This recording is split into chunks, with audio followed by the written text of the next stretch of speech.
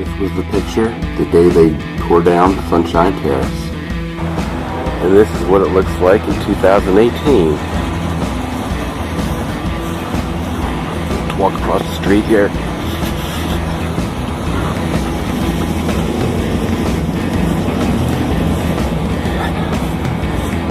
So, yeah, guys, this is where Sunshine Terrace used to sit. I'm walking on this patch of grass now, this green space, and I don't know what to say. I just remember the hundreds of people that lived here, that lived and died here while in recovery.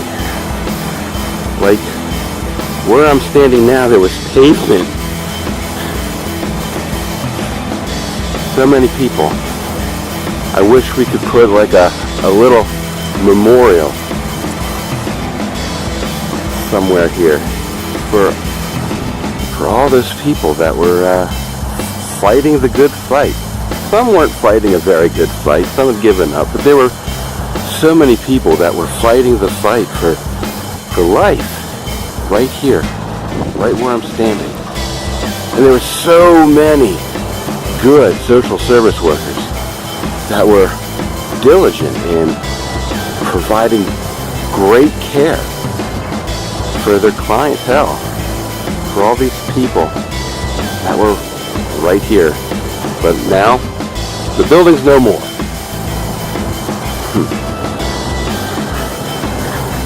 And we have a nice green space.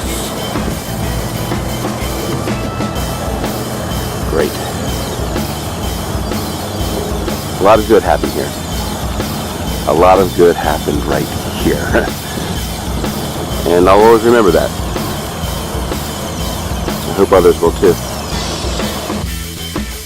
Hi everyone, it's Jim from the Kirk Collective. You know, some people say that low-income housing is in crisis. Well, let's talk about that. Let's go.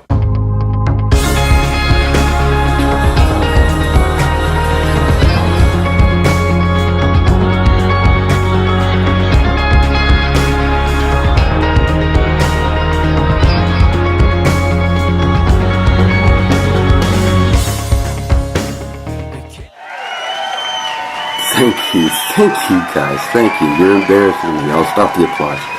Stop the applause. You're too kind. You really are. You're the best. I love every one of you. Hey, it's Jim Kirk here, and I'm with my spiritual animal from the movie Coco. And, yeah, you remember, what's his name? Petro? Forget. I'm going to have to look that up. I don't know what your name. Maybe I'll just call you Max. That's a good name. So yeah, I want to talk about low-income housing today. Particularly, I want to talk about Sunshine Terrace. It was, in my opinion, it was a fantastic program here in Central Ohio. Right here in Columbus, the middle of Ohio. And what it was a low-income housing apartment program. But it had a transitional aspect to it. It had a recovery program attached to it that I thought was phenomenal. And those are the kinds of programs that, boy, it is difficult to find those kinds of programs for the people that need them right now. I don't know if you've heard, but if you turn on the news, you're probably going to hear about how there is an opiate epidemic, not just in Ohio, but all across the country. It is, the numbers are staggering. It's really bad. As a result, finding these kind of transitional programs that have that recovery aspect to them, boy, you'd think it would be really easy to find them. And I guess, you know, if you have really good insurance that might pay for some of that, it would be a lot easier to find a good spot for people. But, you know, the population that I'm working with, that many of you are working with, they don't have the best health care. They're not going to have the kind of insurance that's going to allow for them to go to Florida or California for however long, and that's just not part of their life. So for these kind of programs, hard to find. Sunshine Terrace was one of them, but it's no longer there. They tore it down. They did sort of replace the building with another program, another building, not that far away from where it sat. Not as many people, didn't house as many people, but you know, it was something, and it is a gorgeous building, absolutely beautiful. I don't know why anybody would want to ever leave if they got a chance to live there. It is a beautiful building. Sunshine Terrace, though, it was refurbished. I think it was, for many years, it was like a nursing care facility for folks that needed that. Yeah, the city of Columbus stepped in. They purchased the building, refurbished it, and then around year 2000, YMCA was approached to partner with the city to provide the programming, that programming piece. Phenomenal partnership. And it stood there for about 15 years. About 15 years. It served a great need here for many, many people. I showed up around 2008. I showed up in 2008 and I took care of the front desk. Now, is that the job that I wanted to work? No, it's not. It's not. But it's the job that I could get. And if anybody could remember, back in 2008, job market was kind of not good. In fact, the economy was falling apart. And just prior of me coming on board with the YMCA, I had a couple of small businesses that tanked. And I was looking all over. I was looking all over for a job. Didn't want to go back into nonprofit. It had burned me before. I felt like it had burned me before. And I raised my fist to the sky and I said I was never gonna work in a nonprofit ever again. Sure enough, my ventures into small businesses came crashing down on me in 2008, and I was kind of crawling back with my tail between my legs to the world of nonprofit. And it's a world that I knew. It's a world that I was comfortable in, and it was a world that I worked well in. So that's why I went back. Had a family to provide for, and so yeah, I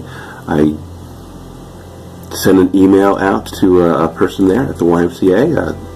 Was able to get an interview, and in a couple of days I had a job working there at Sunshine Terrace, and my job consisted of pushing 2 buttons. Yeah, I sat there and I pushed 2 buttons. I pushed a button to let people in and out of the building, and I pushed another button to let them on the elevator. And I did that for 2 years, guys. 2 years. All the while, I knew that I had gotten into this program at a kind of low on the totem pole. And the thing about that was I knew that I was going to have to prove that I had a lot more to offer. You know, if you hire in at a higher level, that's how they view you. If you get in at a lower level, and it's just the nature of the beast, that's how they're going to view you. And if they're ever going to view you any differently, you have to prove to them that you are different. And so that's what I had to do. I had to prove that I was different. I wasn't just desk staff material, that I had more to me, that I had more to offer. And so I worked hard, not just at pushing buttons, but I also stepped out of that, and wherever I could, whenever I could, I helped out with the food pantry at first. And then I started a free medical clinic in the building. Yeah, I started a free medical clinic. I gathered a group of really great people in the medical profession, started a free medical clinic. From there, I was able to get a position as a, service coordinator. Yeah, service coordinator. Shortly after that, just a few months after that, city came to the YMCA and said, hey, you know what, we have a great working partnership with you. How would you like to dip your toe into the wild world of homeless shelters? And so I helped the YMCA start their shelter program. saw a video of that not too long ago. Anyway, folks, it was a great program. A lot of people were helped. A lot of people were served. Even more people were served. And we need more of them. We need more programs just like them. So, what do you think? What do you think is the answer? How are we going to get more transitional housing programs up and running? What about recovery houses? How do we get more of those for the people that need them? Those aren't questions I have answers to, but I do have this. Ran across this, and it was on sale. And I felt this little bag,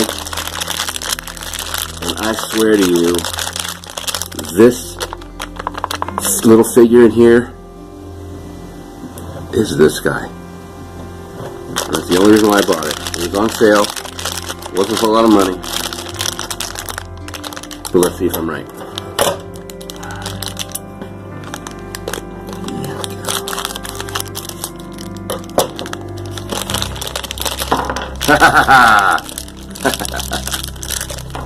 There we go, look at that.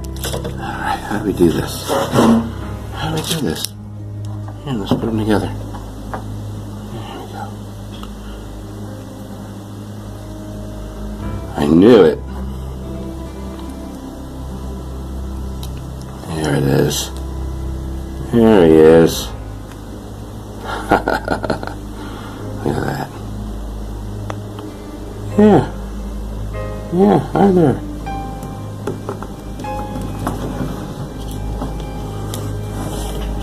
Yeah.